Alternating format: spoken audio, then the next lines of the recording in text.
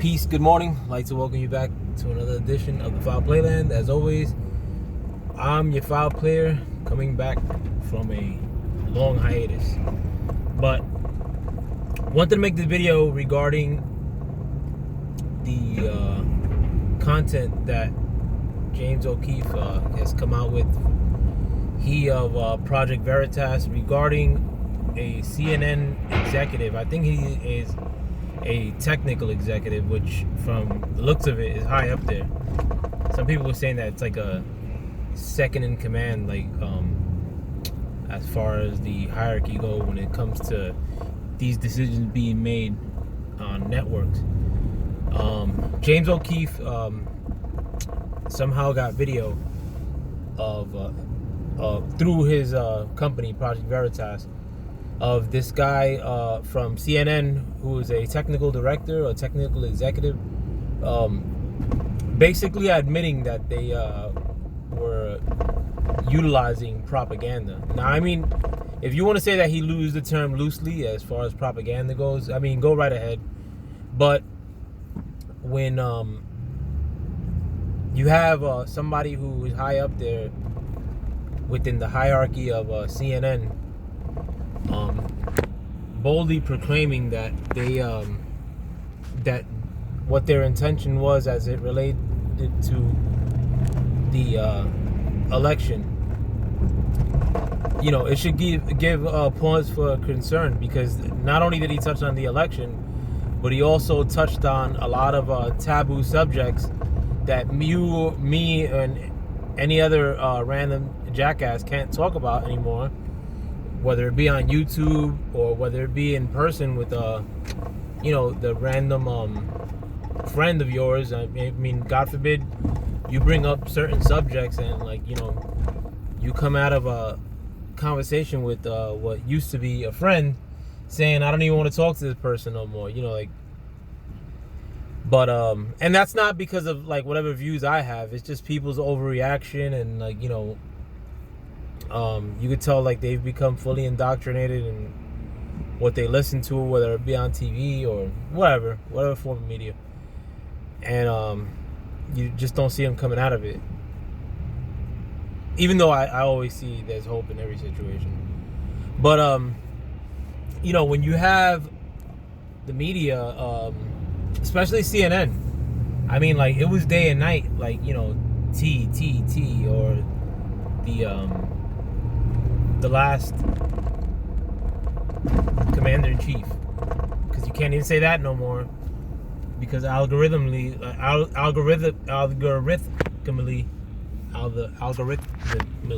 whatever, you know, you get a ban on, you know, YouTube. You know, that's total BS.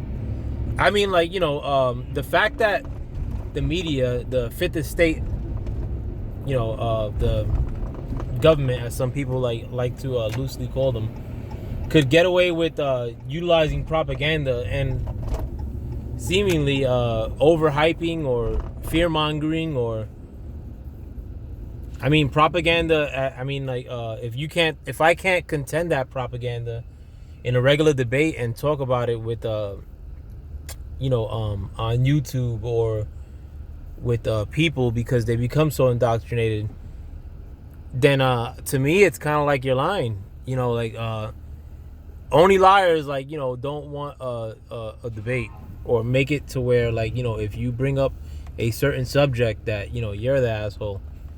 And that's what's happening in society now. But, you know, one of the biggest perpetrators as far as enforcing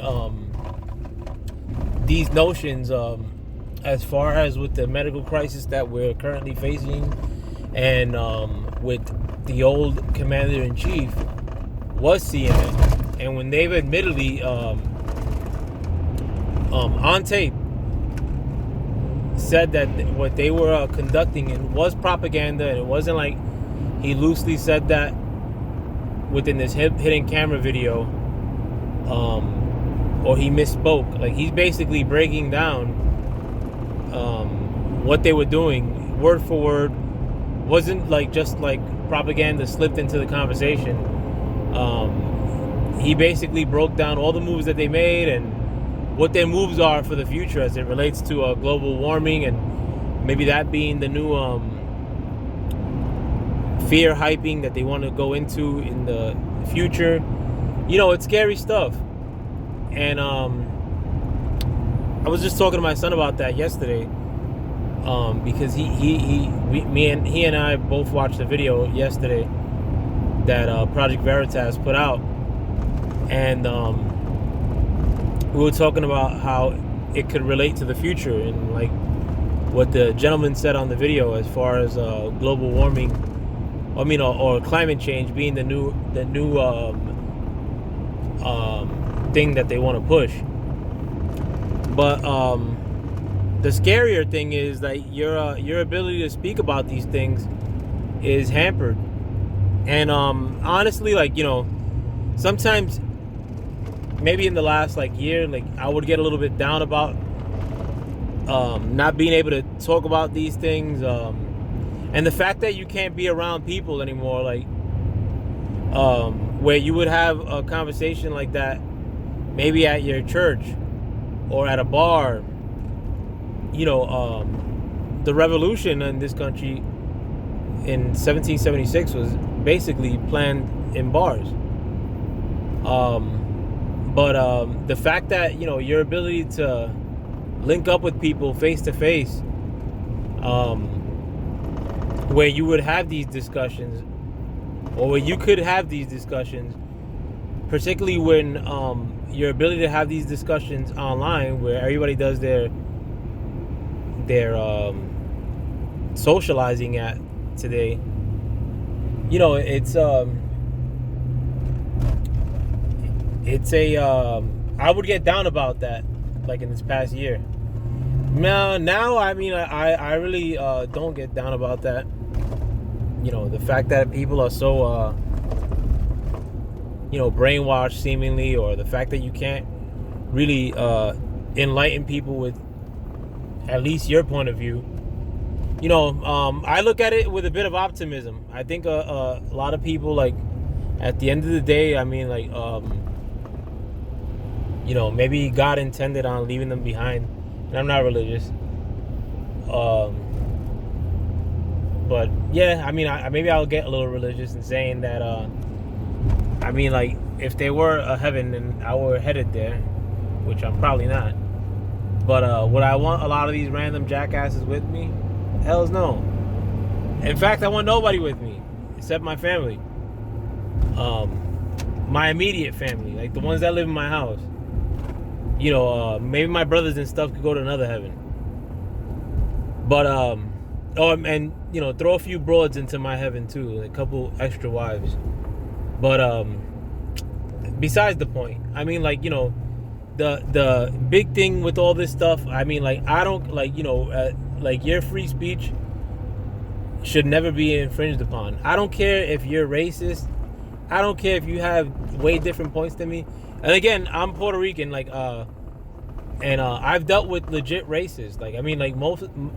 Most of them don't say racist stuff to your face. So I'd rather be able to detect who might be racist or not, or who takes that plunge and says some racist stuff, and then I know not to mess with him no more. Do I gotta go kick his ass? Possibly, depending on what he says. But is that a requisite every time? No. Or is that necessary every time? No. Right now, the way things are going around the world and in this country, it just gives me more reason, as to why I just want to be left on my own and do my own thing with my family. Hopefully, buy some land and put a nice fence around me, and so that I'm not around you in a sense. But yeah, and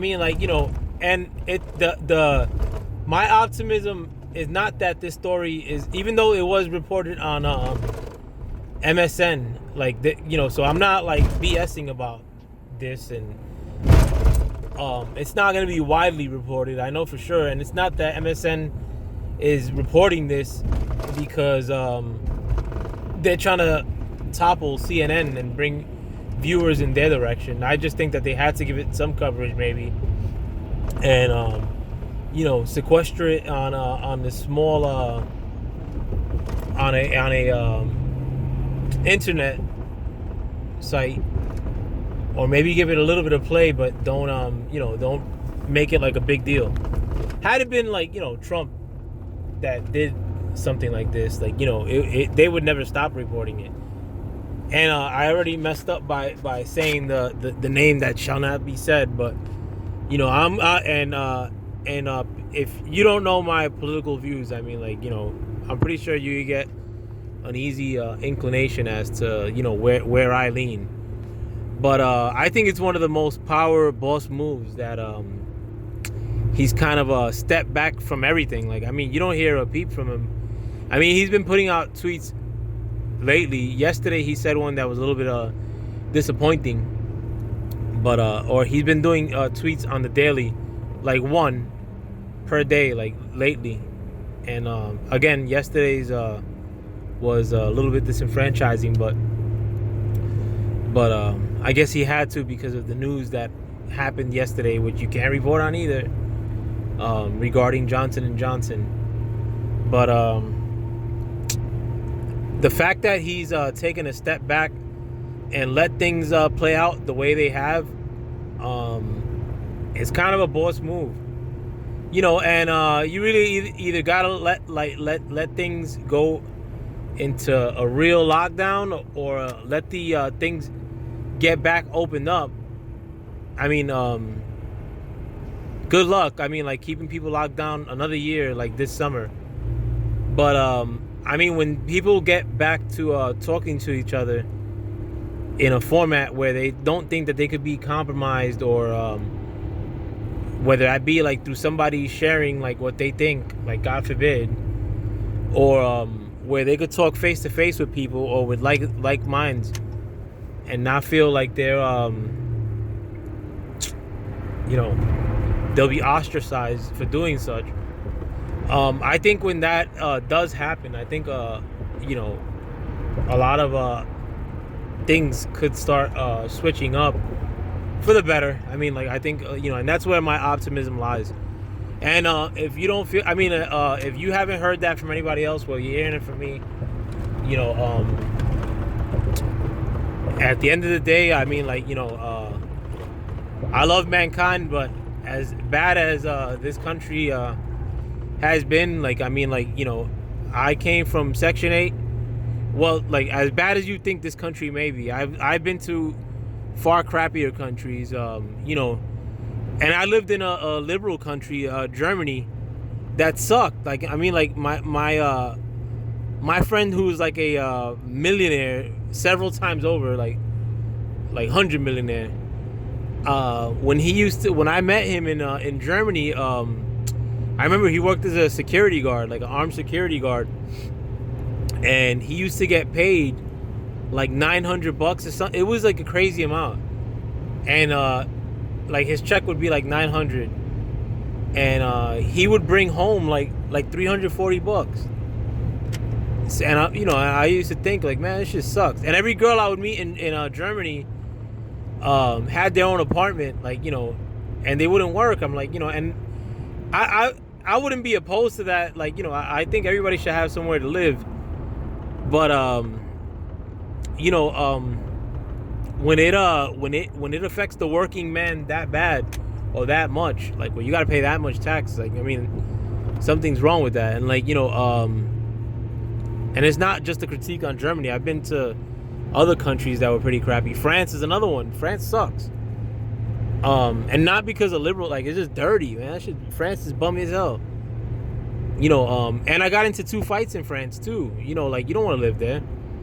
But as bad as, like, and it's not because of the policies of this country, like, that I'm in, like, I love this country. One, I was born here in America. But 2,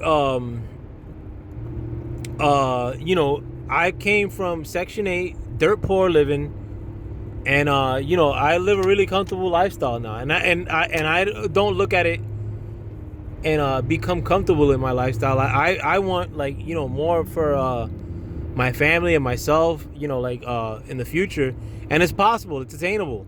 And it's not possible because I'm gonna work more hours at work.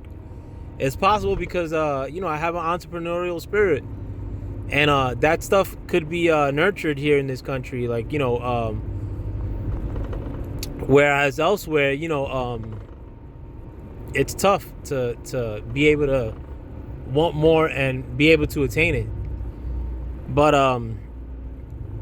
not only that, but and the biggest reason that I love this country is because if you don't get to leave, like, wherever you live, like, I advise you do so, because going to Florida, for me, I actually rented a whip, and it was from where I'm living at now in New Jersey, it was, for the renting of the whip for like a week, I don't know what it was. It was like $70, it was probably like $40 a day.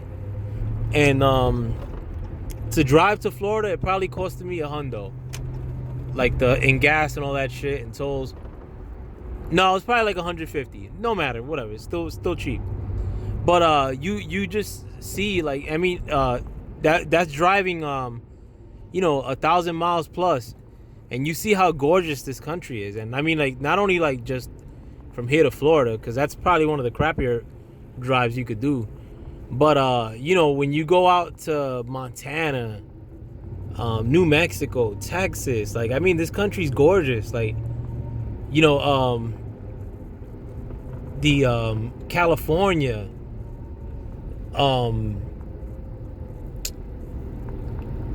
Maine, which I go to every year. I'm actually going to Maine in a few weeks.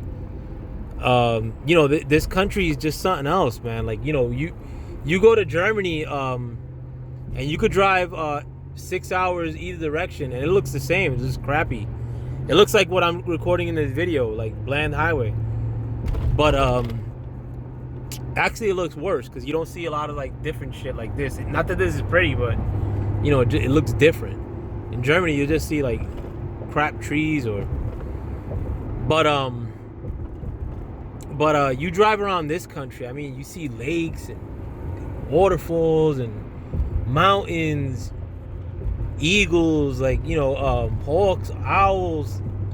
When I was I go to Bethany Beach every year, and rent a house, and the last time, as soon as we got there, this humongous owl, flew right above my family. Like, when we were because our backyard faces like a canal, but it's just gorgeous. Like, I mean, like, you don't see that everywhere, bro. Like, you go to another country, you gotta pay like top dollar, like to go to the beach. Even there's no beaches in Germany. It just sucks.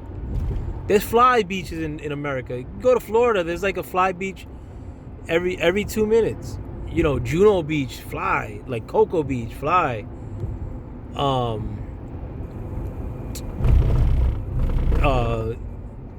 Here, Belmar in Jersey, fly. Like, it's just dope beaches, like, everywhere. Avon by the Sea, like, the beaches in Monterey, California that I went to, like, dope. And you don't see that,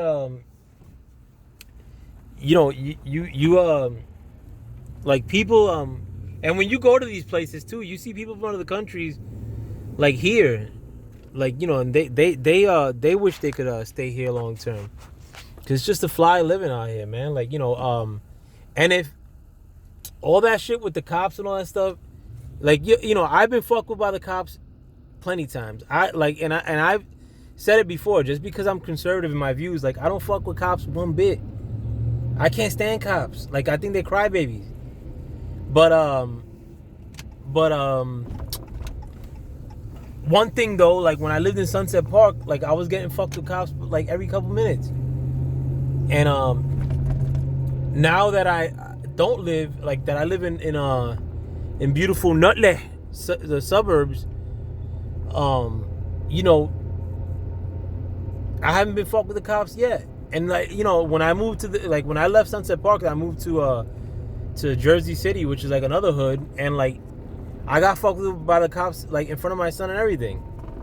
You know, I don't like, and it's not like that if I act right, like, you know, like people say, well, if you just comply, like, you know, like you don't want to get fucked with the cops. Like I understand, like, you know, especially, you know, the plight of the brothers and the black man, like, you know, you don't want to be like messed with by the cops, but you got to get the fuck out the hood too, man. Like I fucking hate going back to Sunset.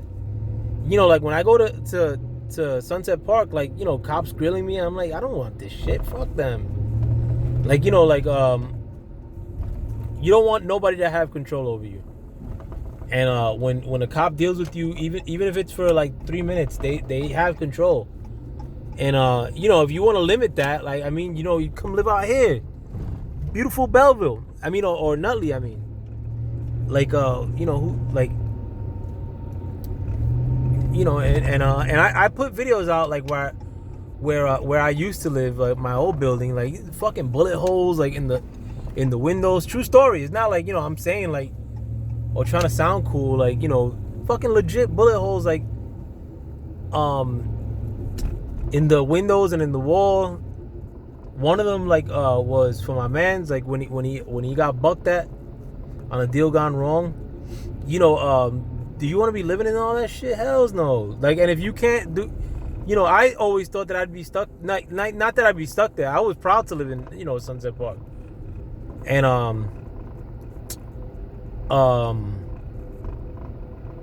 you know, but I didn't want to be limited to that either. I mean, like, you know, and I never thought that I could bounce. Like, so like when I didn't think I could bounce, I would try to like show a little bit more pride in it, like, oh, like, you know, like that I'll never leave the hood. But I wanted to leave I couldn't stand living there, like, you know, after a while, especially when the yuppies moved in. But now that I have left, I mean, it's the best investment that I must have made, like, you know, for my family. Not, you know, not just the house, because that shit don't matter at the end of the day, like, or the fact that it's worth more now, like. But the fact that you know, it's just better living like fucking outside of New York, like, you know, I'm glad I bounced in that regard. But you know, and I think a lot of people, like, you know, I would always tell people too when I'd go back to the hood, like, you know, you gotta move wherever the yuppies moved from, like, you know, whether it be like Michigan or, you know, like, you should move there. Like, you know, at least they'll have like ponds and trees and all that shit. Even if you live in like Section 8, like I have family that lives in Section 8 in an area called Pensgrove, like, you know, and it's still like the hood. Yeah, speaking of the cops, but it's still the hood, but like it looks way better than like Sunset Park, like where I live. And Pensgrove is like a pretty hood. You know, but you know, just gotta be able to make that jump and dip. Especially if you don't want to be fucked by the ponies, by the cops. You know, like, I agree with you 100%. But to be like shrieking about it and have like, you know, some bull dykes like advocating for you, like, or like act like, you know, have these like hypocrite like white liberals like all of a sudden like get down with your cause, like in 2019 and 2020, you know, but in 2017 they were saying, oh, well, you just should have complied. The same people that are acting like Black Lives Matter, like these liberal cats a couple years ago, were saying, oh, well, you know, like, you got arrested many times, like, you know, like, so don't believe the hype, man. That's all, man. I'm going too long with this. Peace.